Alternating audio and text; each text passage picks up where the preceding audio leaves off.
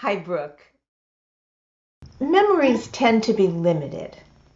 In my case, I have real emotional memories of events, and they're real events. But I've had to augment the story in order to make it engaging. And I help people with that because it is, in fact, creative nonfiction. Can you talk a little bit about how memoirists can augment their work and still have it be true to the story?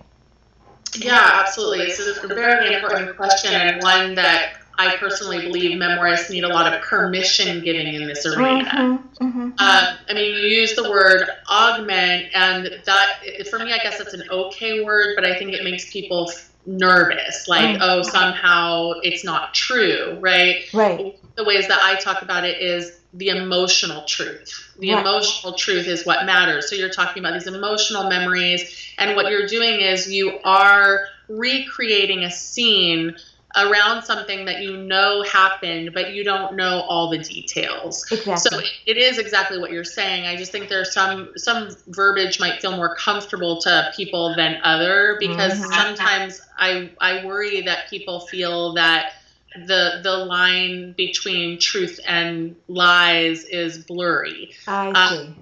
And yet, if you know the characters, you know these were your parents and something happened, but you don't remember all the details. It's very fair game in memoir, for instance, to write composite scenes. You know, things that you patch together from many different events, for instance.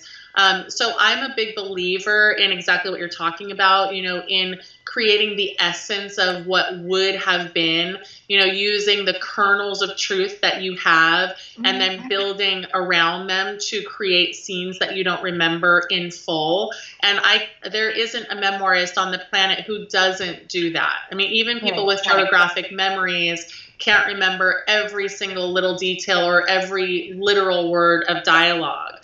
So I hope that, you know, what you're doing, it sounds like, is also giving writers permission. It helped me in writing my vignettes. Remembering Childhood has 70 of my childhood vignettes. It helped me to have written historical fiction. You know, knowing the elements of fiction and knowing how to craft a story, I think was a big part in enabling me to be able to write my vignettes. Yeah, which is fantastic. I think it's a good it's a good parallel, because in historical fiction, of course, you are recreating what that character might have thought. The difference in memoir, of course, is that you know those players. You actually know your parent, and you know your sister or your aunt or whomever, and so you can create their persona from real life interaction. Right. And so you suggest adding dialogue, perhaps? In memoir, definitely. I think that dialogue is one component of scenes. It doesn't have to be in every scene, but I do think memoirs are made stronger by use of dialogue. And description. Absolutely. Yeah, I'm working with people who write narrative, straight narrative, and so my job is to help them turn that narrative into something that's a little more readable or engaging, as I like to say.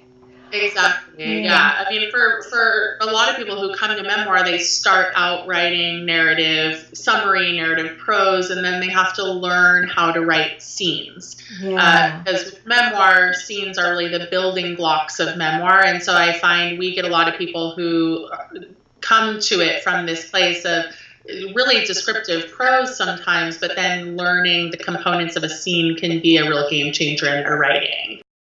So you are likely familiar with the idea of using models and prompts to stimulate writing. How do you think these methods might help writers to produce good work?